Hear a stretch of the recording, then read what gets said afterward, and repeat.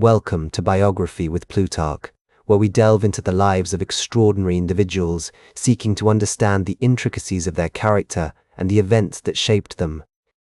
Today, we turn our attention to George Carlin, a man whose biting wit, incisive commentary, and unwavering commitment to free speech left an indelible mark on the world of comedy and beyond. Born on May 12, 1937, in Manhattan, New York, George Carlin's early life was marked by the vibrant energy of the city that never sleeps. His mother, Mary Berry, a secretary, and his father, Patrick Carlin, a national advertising manager for the New York Sun, instilled in him a strong sense of curiosity and creativity. The Carlin family lived in a small apartment on West 21st Street in Harlem, where the sounds of jazz and the rhythms of the street would later influence George's unique comedic style.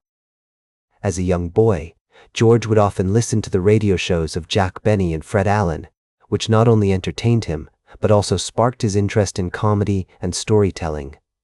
The Carlin household was filled with music, as George's father played the piano and his mother sang in the church choir. This exposure to music would later influence George's comedic timing and rhythm. His parents' encouragement of his creative pursuits was evident in their frequent visits to the New York Public Library on 42nd Street, where George developed a lifelong passion for learning. The library's vast collection of books and its tranquil atmosphere provided a refuge for George, who spent hours devouring the works of authors like Mark Twain and H.L. Mencken. In 1948, when George was just 11 years old, his parents separated, and he moved with his mother to Morningside Heights, a neighborhood in Upper Manhattan. This period of transition was marked by financial struggles, as Mary Berry worked tirelessly to provide for her son.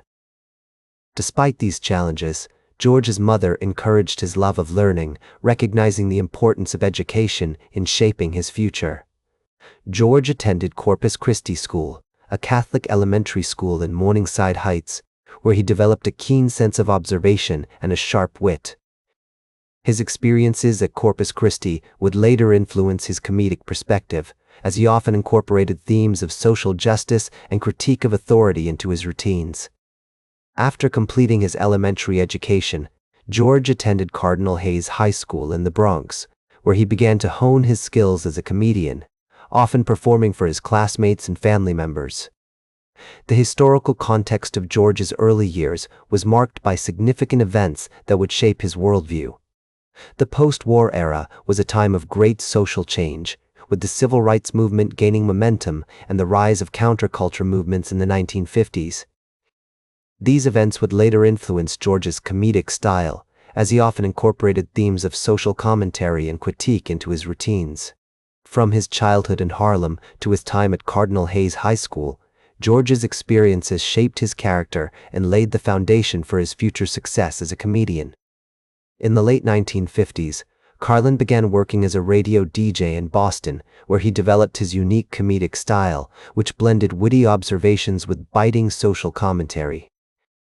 His time on the airwaves not only honed his skills as a performer, but also gave him a platform to experiment with new ideas and push the boundaries of what was considered acceptable in mainstream comedy.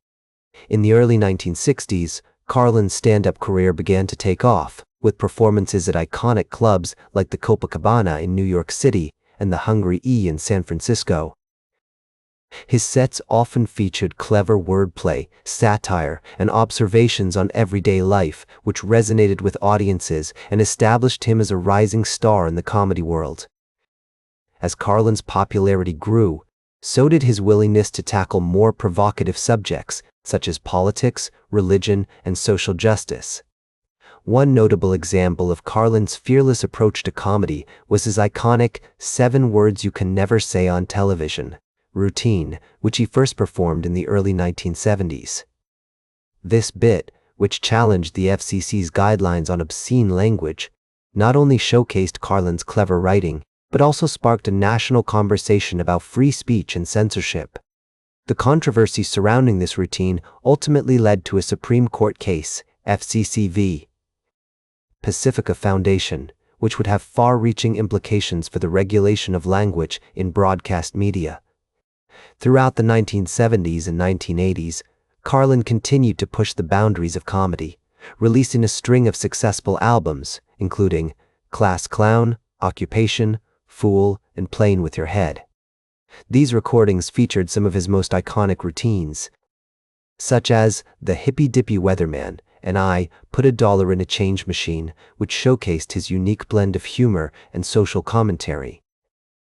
Carlin's irreverent style and willingness to tackle tough subjects earned him a loyal following and critical acclaim, cementing his status as one of the most innovative and influential comedians of his generation.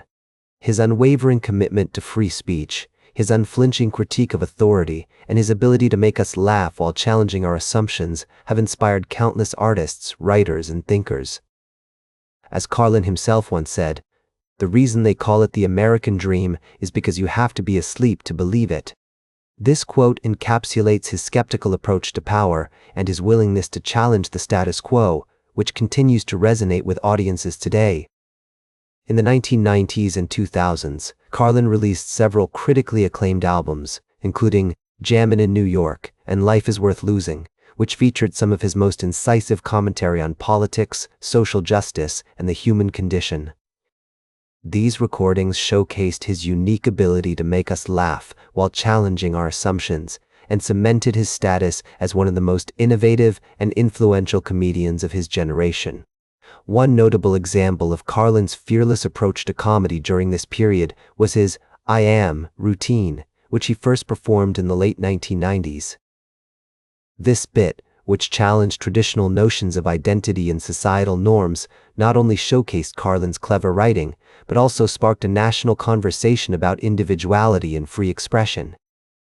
The controversy surrounding this routine ultimately led to a renewed appreciation for Carlin's unwavering commitment to free speech and his willingness to tackle tough subjects. Throughout the 2000s, Carlin continued to tour and perform, despite struggling with health issues and personal losses. His live shows during this period were marked by their intensity and passion, as he tackled topics such as politics, war, and the environment with his characteristic wit and irreverence. His unwavering commitment to free speech, his unflinching critique of authority, and his ability to make us laugh while challenging our assumptions have inspired countless artists, writers, and thinkers. As Carlin himself once said, "When you're born, you get a ticket to the freak show. When you're born in America, you get a front row seat." This quote encapsulates his skeptical approach to power and his willingness to challenge the status quo, which continues to resonate with audiences today. In the years leading up to his death in 2008, Carlin received numerous awards and accolades for his contributions to comedy and social commentary.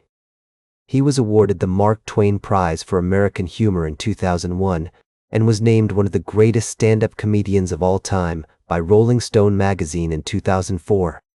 His irreverent humor, biting satire, and unflinching commitment to free speech have inspired countless artists, writers, and thinkers, and continue to challenge our assumptions about the world and our place in it. As Carlin himself once said, "The duty of a comedian is to find the line and cross it."